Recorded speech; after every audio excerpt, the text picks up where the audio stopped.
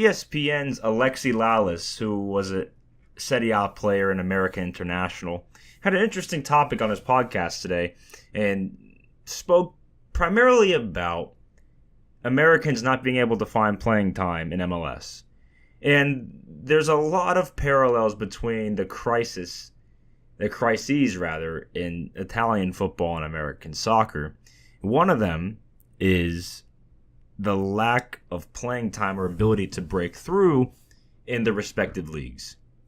This is a big problem in MLS, and it's a huge problem in Serie A.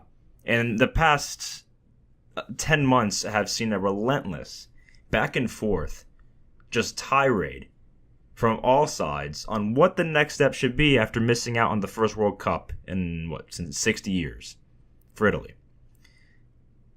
There's no easy answer. You can't outright ban foreign players in Serie A. It would be bad to do so. At the end of the day, Serie A is a business.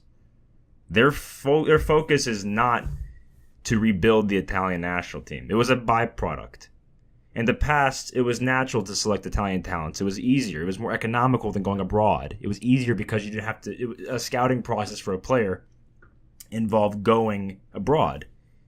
Nowadays, it's much easier. And for more reasons than one, Serie A clubs, particularly smaller ones, will sign foreign talent over developing young talent, local talent, in their youth academies.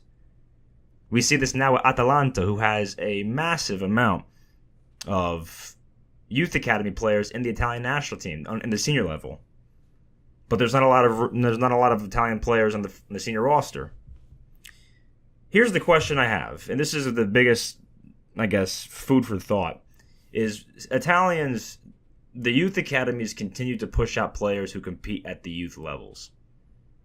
I don't know if you've noticed this, but the last 3 years, and especially this year, the under 20, under 19, and under 17 national teams have been much more competitive and promising. But the results are not translating to the U21 and much less the senior level. It's been a terrible year for the Azzurri. Terrible year.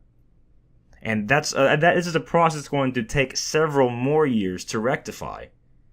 The results of seeing young talent from a youth academy to going to a national team, it takes about 6 years plus, minimum, if you're in the U16 level. And that's pushing it. So it's not a club's job to develop players. Juventus's primary concern is not developing the Italian national team. AC Milan's, their youth academy, their primary concern is not developing talent for the Italian national team. It is about putting together the best squad possible so they have the chance of picking the cream of the crop to go play for the senior squad. Now, the big clubs, rarely do we see youth talent make it to the senior squad. Think about it. Juventus had Claudio Marchisio. That's pretty much it. That was it for the last decade. Now there's Moise Kean, but outside of that, there's nothing. AC Milan, because of the recent troubles and their inability to sign players from abroad, gave a lot of time, more playing time to youth products. Davide Calabrias, for example, Donnarumma, Locatelli, who's now at Sassuolo. You see the point. It's a byproduct. They happen to be Italian. But for me, the problem on the other side of the coin is when clubs decide to take the easy road out and sign foreign players who are worth, from Eastern Europe, who will occupy EU spots, so they don't take spots. Instead of developing young talent, which I think would be easier in this case, and giving time to young Italian players, they just simply get shipped aside. They get put aside. And that's a continuing problem.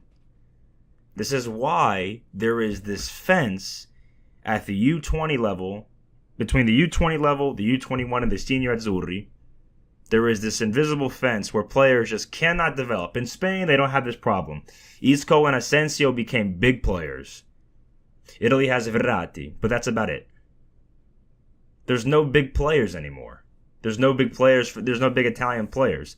In the Serie A, and I believe Serie A is continuing to grow, you have to be able to develop talent.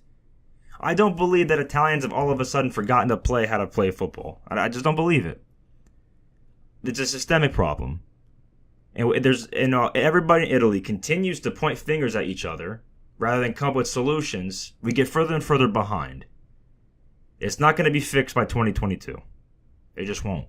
End of story.